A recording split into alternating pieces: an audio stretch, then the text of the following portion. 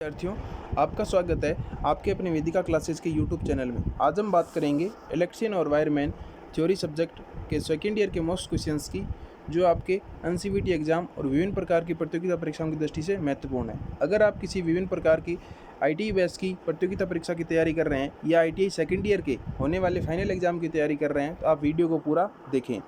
आज का अपना पहला क्वेश्चन है कि यदि ट्रांसफार्मर को सेंटर टेप पूर्ण तरंग रेक्टिफायर सर्किट में खुला हुआ है तो आउटपुट वोल्टेज क्या होगी। तो आपने देखा होगा ट्रांसफार्मर सेंटर टेप करके उसकी जो वोल्टेज होती है उसको अलग भागों में बांटा जाता है। अगर आपका उसका सेंटर टेप खुला हुआ है तो आउटपुट वोल्टेज क्या होगी। ए शून्य वोल्टेज, बी पूर्ण रेटेड यानी फुल आउट वोल्टेज मिलेगा आपको, सी आपका रेटेड का निर्धारित आधा वोल्टेज, डी आपका रेटेड निर्धारित का 1/4 यानी 0 voltage, full rated output, half rated output या 1/4 रेटेड वोल्टेज आउटपुट। तो यहाँ पे आपका ए ऑप्शन राइट आंसर होगा कि आपको जब उसका जो सेंटर टेप ही खुला मिलेगा तो प्राप्त आउटपुट वोल्टेज 0 होगा। नेक्स्ट क्वेश्चन है कि कौन सा दोलक उच्च सटीक स्तर आवृत्ति प्रदान करता है। ए हॉल्टी ऑसिलेटर, बी कॉलपिट्स ऑसिलेटर, सी क्वार्ट्ज क्रिस्टल ऑसिलेटर, डी आपका आरसी फेज शिफ्ट ऑसिलेटर। तो दिए गए चार ऑप्शन में आपका ए ऑप्शन राइट आंसर होगा हार्टले ऑसिलेटर, जो आपको सटीक स्थिर आवृत्ति प्रदान करता है। नेक्स्ट क्वेश्चन है एक ट्रांजिस्टर में आधार सामग्री का विशिष्ट गुण क्या होगा। ए हल्के से डोप किया हुआ व बहुत ही पतला, बी भारी व बहुत पतला, सी हल्के से डोप किया हुआ व बहुत बड़ा, डी आपका भारी व बहुत बड़ा। तो यहाँ पे आपका ए ऑप्शन राइट आंसर होगा light doped and very thin. Next question आपका है एम्पलीफायर का प्रकार क्या है, यानी आपको एक एम्पलीफायर का सर्किट डायग्राम दर्शाया गया है और पूछा है ये कौन से प्रकार का एम्पलीफायर है। ए ऑप्शन है आपका पुश पुल एम्पलीफायर, बी है कॉमन बेस एम्पलीफायर, सी है आपका एमीटर फ्लोवर एम्पलीफायर, डी आपका कॉमन एमीटर एम्पलीफायर। तो यहाँ पे आपका जो एम्पलीफायर है तो चारों ऑप्शन को पढ़ने से अपन को पता चल रहा है और अच्छे से डायग्राम को देखेंगे तो डी ऑप्शन राइट आंसर होगा common ammeter amplifier. Next question है कौन सा प्रतिरोध एक सामान्य एमीटर एम्पलीफायर में वोल्टेज लाभ को निर्गत करता है निर्धारित करता है। R1, R2, RL व RE। तो यानी आपको देखना है ये जो एम्पलीफायर का सर्किट दे रखा है उसके अंदर वोल्टेज लाभ को कौन निर्धारित करेगा। तो दिए गए ऑप्शन को अच्छे से देखेंगे तो जो RL वोल्टेज होता है, RL प्रतिरोध होगा, वो इसमें वोल्टेज का निर्धारण करेगा। नेक्स्ट क्वेश्चन है कौन सा मल्टी वाइब्रेटर आउटपुट में दोहरावर प्लस वेव पैदा करता है। पल्स यानी जो आपने देखा होगा साइन वेव जो पल्स चलती है वो दोहरी उत्पन्न करेगा। तो यहाँ पे आपका ए है एस्टेबल मल्टी वाइब्रेटर, बी है आपका ब्राइस्टेड मल्टी वाइब्रेटर, सी आपका one shot multi vibrator, D आपका मोनोस्टेबल मल्टी वाइब्रेटर। तो यहाँ पे ये ऑप्शन राइट आंसर होगा स्टेबल मल्टी वाइब्रेटर, जो आपको दोहरी वेवदार पल्स पैदा करता है। नेक्स्ट क्वेश्चन है दोलक में एक फीडबैक नेटवर्क का प्रयोग क्यों किया गया है, यानी आपको दोलन का एक सर्किट डायग्राम दे रखा है उसमें पूछा है अभी फीडबैक नेटवर्क का प्रयोग क्यों किया गया है। ए शोर विरूपण को रद्द करने के लिए, बी 60 डिग्री से फेज को शिफ्ट करने के लिए, सी सिग्नल को 180 डिग्री फेज से शिफ्ट करने के लिए, डी आपका दूसरे हार्मोन्स विरूपक को रद्द करने के लिए। तो चारों ऑप्शन में सी ऑप्शन राइट आंसर होगा सिग्नल को 180 डिग्री से फेज में शिफ्ट करने के लिए। नेक्स्ट क्वेश्चन है FET यानी फील्ड इफेक्ट ट्रांजिस्टर का मुख्य अनुप्रयोग कहाँ किया जाता है। ए वोल्टेज कंट्रोल में, बी करंट कंट्रोल में, सी पॉजिटिव फीडबैक में, डी लो इनपुट इम्पीडेंस डिवाइस में। तो यहाँ पे आपका ए ऑप्शन राइट आंसर होगा FET का उपयोग वोल्टेज कंट्रोल डिवाइस के अंदर किया जाता है। नेक्स्ट क्वेश्चन है आपका UJT यानी यूनी जंक्शन ट्रांजिस्टर का मुख्य कार्य क्या है। रिलैक्सेशन ऑसिलेटर, बी आपका ब्रॉडकास्टिंग ट्रांसमीटर, सी आपका लोड स्पीकर एम्पलीफायर, डी आपका माइक्रोस्कोप इनपुट डिवाइस के अंदर। तो आपका ए ऑप्शन राइट आंसर होगा रिलैक्सेशन ऑसिलेटर के अंदर UJT का प्रयोग किया जाता है। नेक्स्ट क्वेश्चन है एन चैनल में JFET का गेट टर्मिनल कैसा अनभिगत होता है।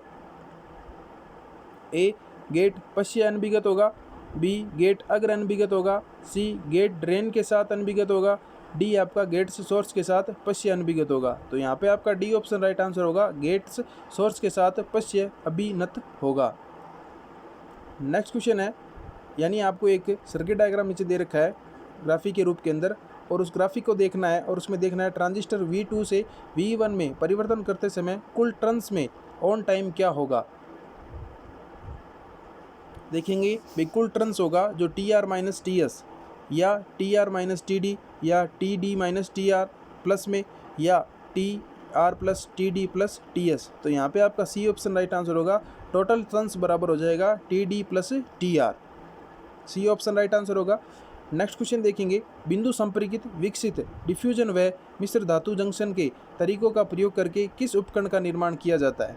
ए इंडक्टर, बी रजिस्टर, सी कैपेसिटर, डी ट्रांजिस्टर। तो यहाँ पे आपका डी ऑप्शन राइट आंसर होगा, ट्रांजिस्टर का निर्माण किया जाता है।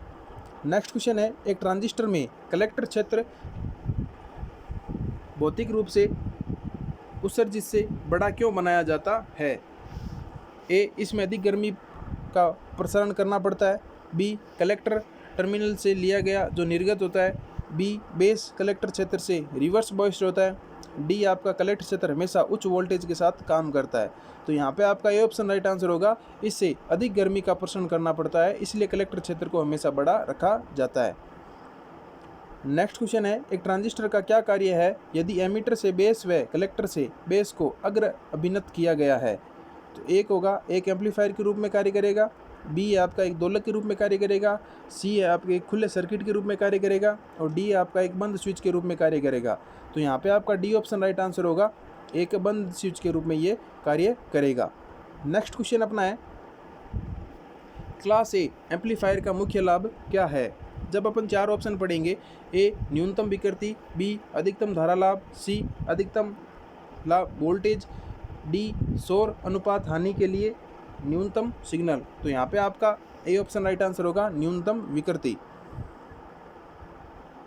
नेक्स्ट क्वेश्चन है, कौन सा इलेक्ट्रॉनिक्स सर्किट बिना इनपुट के सिग्नल तरंगों का पल्स का उत्पादन करता है।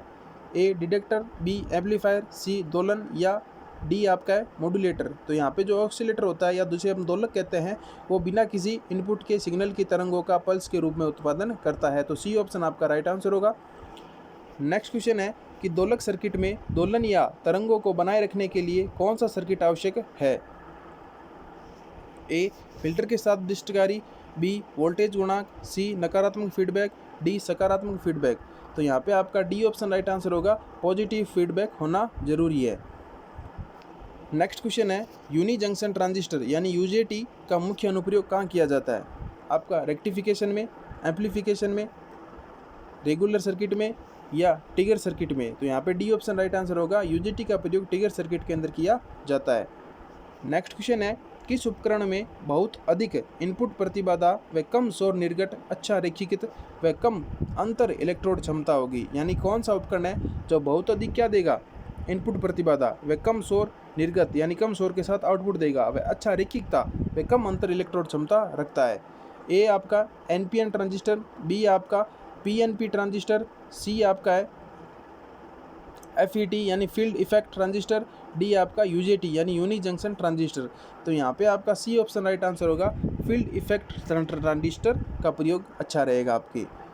नेक्स्ट क्वेश्चन है, JFETs की तुलना में मॉसफेट के धारा नियंत्रण में क्या अंतर है।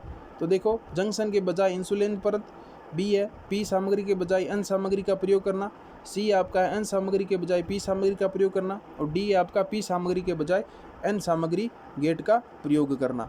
तो यहाँ पे आपका ये ऑप्शन इसके अंदर राइट आंसर होगा कि JFET की तुलना में मॉसफेट के धारा कंट्रोल में क्या अंतर है कि जंक्शन के बजाय इंसुलेट परत। तो ये ऑप्शन आपका राइट आंसर होगा। ये थे आज के अपने कुछ महत्वपूर्ण क्वेश्चंस जो आपकी विभिन्न प्रकार की प्रतियोगिता परीक्षाओं NCVT एग्जाम की दृष्टि से बहुत ही महत्वपूर्ण है।